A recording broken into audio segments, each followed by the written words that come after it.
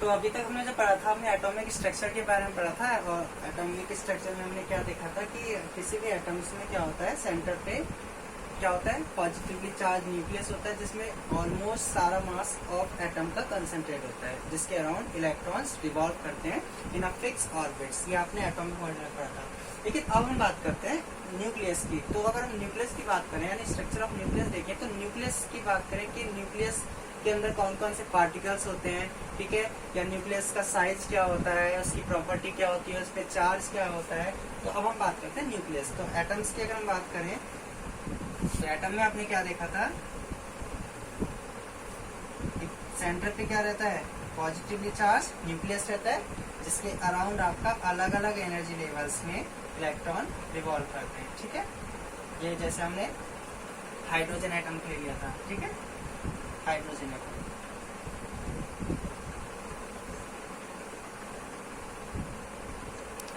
जिसमें आपका क्या था, एक ही इलेक्ट्रॉन था उसके अराउंड। अब लेकिन अगर न्यूक्लियस की बात करें, ठीक है, तो न्यूक्लियस की अगर हम बात करें तो न्यूक्लियस की क्या प्रॉपर्टी है। अब ये जरूरी नहीं हम हाइड्रोजन के लिए देखें, अगर हम इसी तरीके से हीलियम एटम के लिए बनाएं, तो हीलियम एटम में किस तरीके से बनाएंगे आप, पॉजिटिवली चार्ज न्यूक्लियस है जिसके अराउंड आपका हीलियम में कितने इलेक्ट्रॉन्स होते हैं आपको पता है, 2, ठीक है। लिखते कैसे इसको,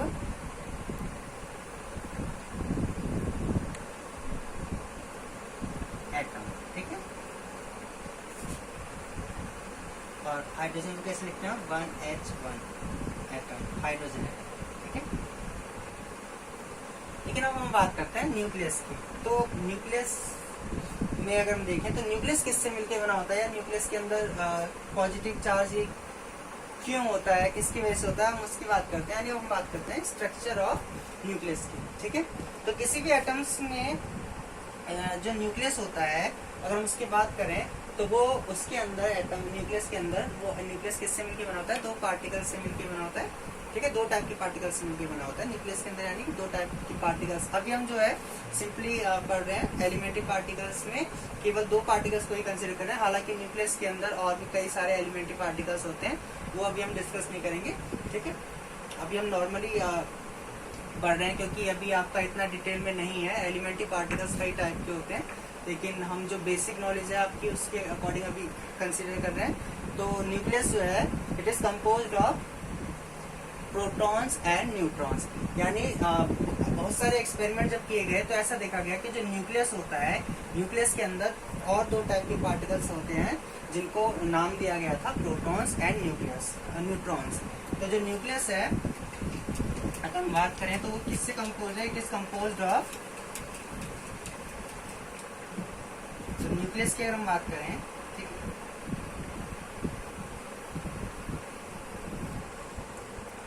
तो न्यूक्लियस के अंदर 2 टाइप के आपके पार्टिकल्स होते हैं जिनको हम नाम लेते हैं प्रोटॉन एंड न्यूट्रॉन, ठीक है।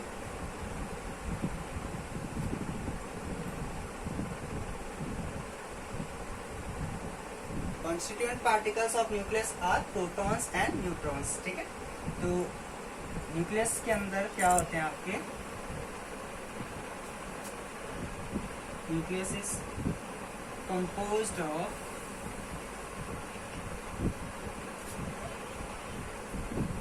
प्रोटॉन्स एंड न्यूट्रॉन्स, ठीक है। जहां प्रोटॉन्स और न्यूट्रॉन्स को अगर हम एक साथ अगर हम कहें तो इनको हम कह देते हैं न्यूक्लियॉन्स, ठीक है, जो न्यूक्लियस के अंदर होते हैं। तो न्यूक्लियस जो है वो किससे मिलकर बना होता है, प्रोटॉन्स एंड न्यूट्रॉन्स। अब हम प्रोटॉन्स और न्यूट्रॉन्स की बात कर लेते हैं कि ये दोनों पार्टिकल्स जो हैं, जिनको हम एलिमेंट्री पार्टिकल्स कहते हैं, इनकी प्रॉपर्टीज क्या है, ठीक है, इनका मास क्या है। तो अभी मैं आपको एलिमेंट्री पार्टिकल्स के बारे में, और आपको पता है इसके अराउंड क्या होता है, आपका इलेक्ट्रॉन्स होते हैं, ठीक है, कोई दिक्कत तो नहीं। तो मैं पहले आपको जो एलिमेंट्री पार्टिकल्स हैं आपके 3, इलेक्ट्रॉन, प्रोटॉन और न्यूट्रॉन, उनकी प्रॉपर्टीज हम डिस्कस कर लेते हैं, ठीक है, फिर हम इसको डिटेल में पढ़ते हैं। तो एलिमेंट्री पार्टिकल्स की बात करें, हालांकि एलिमेंट्री पार्टिकल्स कई टाइप के होते हैं, लेकिन अभी हम जो बेसिक एलिमेंट्री पार्टिकल्स की बात करेंगे, 3 टाइप की ही बात करेंगे, ठीक है। Elementary particles. तो उसमें आप कौन कौन से पढ़ेंगे? इलेक्ट्रॉन, ठीक है, इलेक्ट्रॉन्स, प्रोटॉन्स, ठीक है, and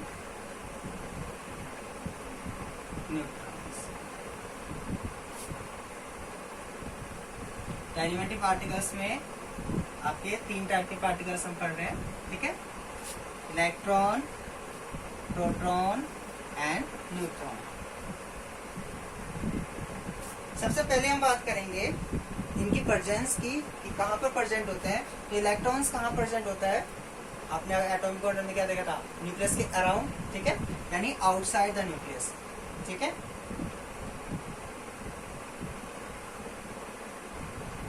outside the nucleus.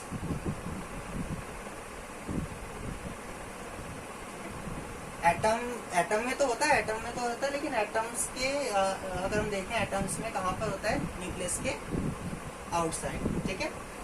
Proton कहाँ पर होते हैं आपका? प्रोटॉन कहाँ पर होता है? इनसाइड द न्यूक्लियस, ये न्यूक्लियस के अंदर होता है, ठीक है। सेम न्यूट्रॉन की बात करें, ये भी कहाँ पर होता है? इनसाइड द न्यूक्लियस, ठीक है। सेकेंड की बात करें, मास की बात करें, मास ऑफ इलेक्ट्रॉन अगर हम देखें, ME, मास ऑफ इलेक्ट्रॉन, तो कितना होता है? 9.1 इंटू 10⁻31 किलोग्राम। तो कितना होता है mass of electron? 9.1 into 10⁻31 kilogram. वहीं मास ऑफ प्रोटॉन जो होता है आपका, तो कितना होता है? 1.6724 इंटू 10⁻27 kg। और न्यूट्रॉन का कितना होता है आपका? 1.648 इंटू 10⁻27 kg। अगर हम ध्यान से देखें, मास ऑफ प्रोटॉन और न्यूट्रॉन लगभग बराबर होता है दोनों का, ठीक है। अब हम बात कर देते हैं चार्ज, ठीक है। चार्ज की बात करें तो चार्ज ऑन इलेक्ट्रॉन जो होता है, कितना होता है चार्ज? इस पे -E, minus negatively charge, negative charge होता है। नेगेटिव चार्ज में कितना होता है? या मैं ऐसे लिख लेता हूँ, इट इज नेगेटिवली चार्ज, ठीक है, नेगेटिवली चार्ज। जहां पर इस पे जो चार्ज है वो कितना होता है? इसको -E भी कह देते हैं, 1.6 इंटू 10⁻19 कूलम, ठीक है। नेगेटिवली चार्ज होता है, नेगेटिवली चार्ज होता है, लेकिन कितना चार्ज होता है? 1.6 इंटू 10⁻19 कूलम। तो ये चार्ज ऑन इलेक्ट्रॉन है, ठीक है। प्रोटॉन की बात करें तो प्रोटॉन क्या है? इट इज पॉजिटिवली चार्ज, ठीक है, पॉजिटिवली चार्ज। जहां पर इस पे जो चार्ज है वो कितना होता है? +E, यानी कि +1.6 इंटू 10⁻19 कूलम। न्यूट्रॉन जो होता है, इट इज न्यूट्रल, इस पे कोई चार्ज नहीं होता। कैसा होता है? न्यूट्रल, यानी चार्ज कितना होगा इस पे? 0। यानी इलेक्ट्रॉन पे, न्यूट्रॉन पे आपका कोई चार्ज नहीं, ठीक है। कोई दिक्कत तो नहीं है? तो ये प्रेजेंस की बात करें तो ये कहाँ होता है? न्यूक्लियस के बाहर। प्रोटॉन कहाँ पर होता है? न्यूक्लियस के अंदर। न्यूट्रॉन कहाँ होता है? न्यूक्लियस के अंदर। ये इनके मास हो गए। ये कैसा होता है? नेगेटिवली चार्ज, ये पॉजिटिवली चार्ज। इस पे ये न्यूट्रल होता है। चार्ज कितना होता है इस पे? -1.6 कूलम। इस पे उतना ही प्लस में होता है, और इस तरीके से, ठीक है। तो ये आपका जो एलिमेंट्री पार्टिकल्स है, जो एटम्स जो बेसिकली मिलके बना होता है, ठीक है, वो इन 3 पार्टिकल से मिलके बना होता है। ठीक है, जहाँ ये दो पार्टिकल्स कहाँ होते हैं, न्यूक्लियस में, और ये कहाँ होता है, न्यूक्लियस के बाहर। ठीक है, तो हमें जो पढ़ना है न्यूक्लियस की प्रॉपर्टीज की बात करनी है, तो हम न्यूक्लियस की प्रॉपर्टीज की बात कर लेते हैं। ठीक है, मैं रफ कर रहा हूँ। अब किसी भी एटम की जो न्यूक्लियस है उसको हम जो रिप्रेजेंट करते हैं, उसको किस तरीके से रिप्रेजेंट करते हैं, अभी हम कुछ बेसिक प्रॉपर्टी आपके टॉपिक्स पढ़ रहे हैं जो कि आपको आगे हेल्प करेंगे। ठीक है, तो किसी भी एटम का न्यूक्लियस को हम रिप्रेजेंट जो करते हैं, ठीक है, तो कैसे करते हैं, ZX A। कुछ बुक्स में आपको ऐसे भी मिलेगा ये ZX A। ठीक है, लेकिन हम नॉर्मली है। तो किसी भी एटम्स के न्यूक्लियस को हम किस तरीके से रिप्रेजेंट करते हैं, इस तरीके से। ठीक है, कोई दिक्कत तो नहीं। चाहे एटम्स के न्यूक्लियस को या एटम्स को हम किस तरीके से रिप्रेजेंट करते हैं, इस तरीके से, जहां X क्या होता है, ये सिंबल होता है किसका, फॉर दैट एलिमेंट। आप जिस एलिमेंट की बात करें, जैसे अगर मैं हाइड्रोजन की बात कर रहा हूँ, तो आप X की जगह पे क्या यूज करेंगे, H। ठीक है, X यहाँ पर जो है वो क्या बता रहा है, सिंबल बता रहा है कि आप क्या यूज कर रहे हैं X। ठीक है,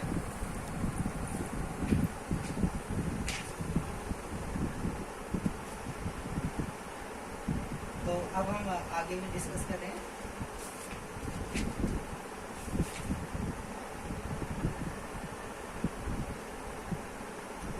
X कुछ नहीं, आपका सिंबल ऑफ एलिमेंट है जिसके बारे में हम बात कर रहे हैं। ठीक है, अब Z जो है, Z जिसको हम कहते हैं आपका एटॉमिक नंबर। ठीक है, जो किसके इक्वल होता है, नंबर ऑफ प्रोटॉन्स। यहाँ Z क्या होता है, जिसको हम कहते हैं एटॉमिक नंबर, जिसको हम क्या कहते हैं, नंबर ऑफ प्रोटॉन्स। ठीक है, अब जब हम एटम की बात करते हैं, तो एटम जब न्यूट्रल स्टेट में होता है, तो उस केस में Z जो है वो नंबर ऑफ इलेक्ट्रॉन्स के इक्वल होता है। ठीक है, वो मैं अभी आपको समझाऊंगा एक एग्जांपल लेके। Z को नंबर ऑफ इलेक्ट्रॉन्स भी कहते हैं एटम के केस में, कब, जब एटम न्यूट्रल स्टेट में हो। ठीक है, जनरली आप Z को जो बोल देते हैं, कभी कभी आपने जब आपने पहले पढ़ा था Z को, तो आप कुछ स्टूडेंट्स कह देते हैं Z is equal to number of electrons, लेकिन ये गलत है। ठीक है, उसको मैं समझाने के लिए अगर मैं एग्जांपल लूँ, फॉर एग्जांपल सोडियम की बात करें,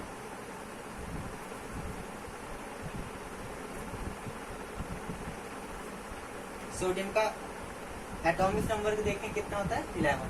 कितने इलेक्ट्रॉन्स होते हैं उसमें, 11। ठीक है, लेकिन अगर सोडियम से एक इलेक्ट्रॉन निकल जाए, ठीक है, एक इलेक्ट्रॉन निकल गया, यानी प्लस आयन, मतलब समझ रहे हैं, एक इलेक्ट्रॉन निकल गया तो प्लस आ गया इसमें। लेकिन अगर ये Z जो है नंबर ऑफ इलेक्ट्रॉन्स होता, तो यहाँ हम क्या 10 लिखते हैं, लेकिन हमने अभी भी कितना लिखा हुआ है, 11। क्यों लिखा हुआ है, क्योंकि प्रोटॉन्स तो अभी भी उतने ही है ना। तो जो Z है उसको हम क्या कह देते हैं, नंबर ऑफ प्रोटॉन्स कहते हैं, ना कि नंबर ऑफ इलेक्ट्रॉन्स। हाँ, नंबर ऑफ इलेक्ट्रॉन्स कब कहेंगे, फॉर एग्जाम्पल अगर ये केस, ये कंडीशन हो, इस केस में जितने प्रोटॉन है उतने ही क्या है, इलेक्ट्रॉन। तो इस केस में हम, जब एटम आपका न्यूट्रल स्टेट में है, उस केस में Z की जो वैल्यू है वो नंबर ऑफ इलेक्ट्रॉन्स के इक्वल की होती है। ठीक है, अब बात करते हैं A को हम कहते हैं मास नंबर। ठीक है, जहाँ A को आप क्या कहते हैं, मास नंबर। अब A क्या बताता है आपको, A बताता है नंबर ऑफ न्यूक्लियॉन्स। जहाँ A क्या रिप्रेजेंट करता है, नंबर ऑफ न्यूक्लियॉन्स, जहाँ न्यूक्लियॉन्स यानी सम ऑफ प्रोटॉन्स एंड न्यूट्रॉन्स। ठीक है, तो A को हम कहते हैं मास नंबर, और मास नंबर किसके इक्वल होता है, total number of protons and neutrons.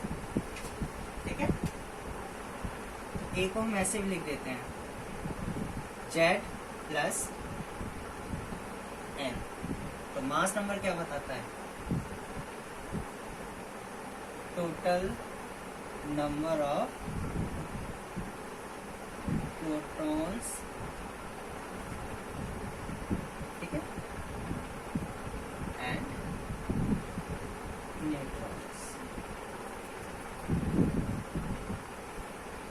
दोनों को सम, ठीक है, जहाँ n क्या है, नंबर ऑफ न्यूट्रॉन्स, n को क्या कह देते हैं हम, नंबर ऑफ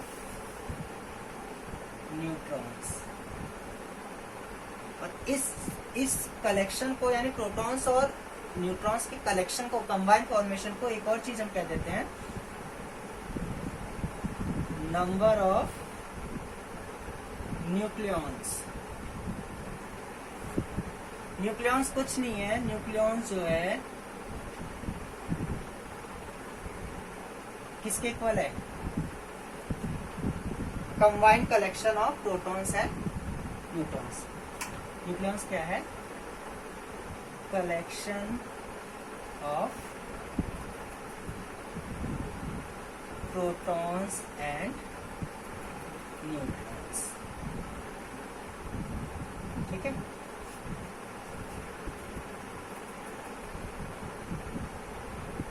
तो फॉर एग्जांपल अगर मैं रिप्रेजेंट करना चाहूँ किसका, हाइड्रोजन के न्यूक्लियस को, तो हाइड्रोजन के न्यूक्लियस को अगर मैं रिप्रेजेंट करूंगा तो कैसे करूंगा, तो हाइड्रोजन का एटॉमिक नंबर कितना है, 1H1, ऐसे तो लिखते हैं।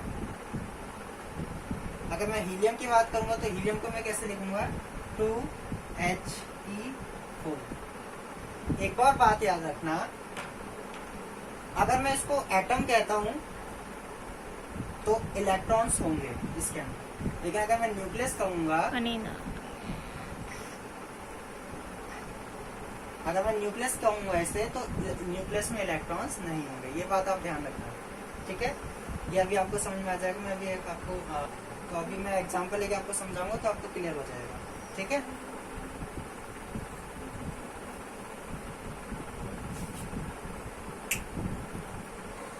तो अब मैं आपको कुछ इम्पोर्टेंट पॉइंट्स बताने जा रहा हूँ। तो मैं आपको डिफरेंस बताना चाह रहा हूँ एटम्स और न्यूक्लियस में, ठीक है।